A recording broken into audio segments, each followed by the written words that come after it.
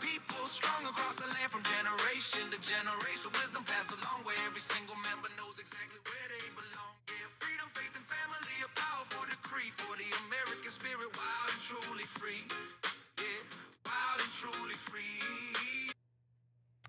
All right. Welcome to another episode of Reviving the American Family with Zach. April. And we're glad to have you again with us today. So, we're going to talk about the immigration ban that has recently happened due to the two shootings that happened in D.C. on Wednesday. So, I think April, remind me, there was two of our National Two Guard. National Guards, an Afghan immigrant that he had ties to the CIA, so he had shot up the National Guard there in D.C. about a couple blocks from the White House. Yeah. So, from my understanding, I don't know exactly how it works because I'm not, I wasn't in the military, but I have had Afghanistan people that I know and talk to, and a lot of, the intelligence that comes over from those countries are from citizens of those countries that are, for whatever reason, some with good intentions want to help, others they just want to provide for their family and they're getting money for doing it. So I think each person has their individual reasons, and for whatever reason, this guy was seeking revenge, or I think we'll find out more as time comes on why he decided to do that. So that's unfortunately something that happened. I think they just were like sworn in, like literally that day or the day before, as being in the National Guard. The woman that has passed away, I believe her name is Jessica. She passed away, shortly after. On Thanksgiving, she think- passed away. on Thanksgiving, and then the man is in critical condition. So I apologize, don't remember his name, but we love our soldiers. I don't necessarily come from military family. I've got some uncles that were in the military. My grandpa was in World War II. April got much closer ties with a few siblings that were in the military. Her dad was in Vietnam, grandpa. So we definitely respect the military. We want the best for them, and whenever something like this happens, it's a tragedy, and we're sorry that it happened, and we pray for the families and that they can find peace in this time of tragedy that they're going through. So Trump came up pretty quickly with a tweet and then he came on and announced that he's banning quite a few countries, and I think he's named them as third world country. Now I looked it up. I wasn't for sure. There's 195 countries in the world, just to put perspective on this. And that can be debated because there's like the Vatican. Some people say, you don't count those. It's 193. But anyway, it's somewhere around that number. And so the ban was put on third world countries. Now, when I was growing up, I thought like half the world was third world. And honestly, I don't even know what it is now. There's not really some clear definition of what third world means. It's more of like agricultural countries that are underdeveloped. Yeah. So you think of a lot of the African countries, you would think underdeveloped. I lived in Chile, and to me that wasn't a third world, maybe a second world, but probably a first world. And 20 years later, it's probably a first world, very developed country. But I think a lot of people think, oh, South America, it's not developed. Well, yeah, I mean, depends on maybe the part in that country, but a lot of it is developed. So these are just the ban that he put. There's 19 countries, and there's some that's like a full suspension, and that's 12 of the 19. And then there's a partial restriction on 7 of them.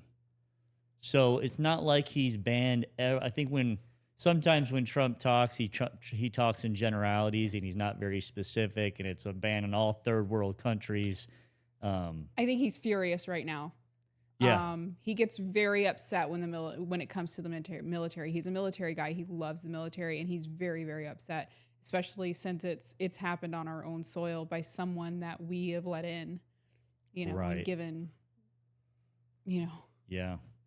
And we do, like I mentioned before, we've let a lot of Afghanistan or people from Iraq in because they helped us.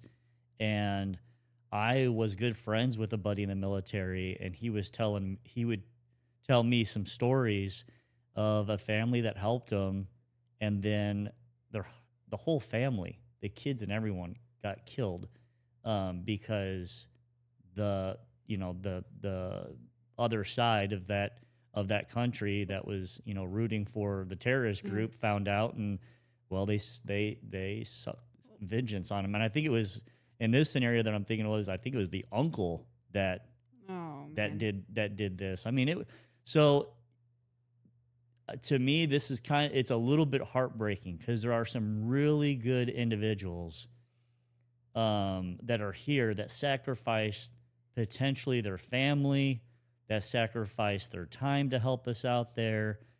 But man, one bad apple can spoil the whole bunch. And that seems like what it's happened for a time being. He's called it like a permanent pause, which I don't know what a permanent pause means. Yeah. Yeah, a pause is a pause. So I'm assuming what Pause that really means temporary. yeah, it's not permanent. So I'm not sure exactly what that means as I read through the articles, but to me it sounds like this is I wouldn't say an emotional reaction. It's a reaction to provide time to reevaluate. And that's what a lot of this is doing. It's reevaluating or reexamining our green card process. What that means for people, that's another question. What does this mean for people that already have a green card and are here? And there's no definitive answer right now. It's just that they are re-examining their green card process. And I think it's probably going to take, a while for them to actually pin this down to how this is going to work.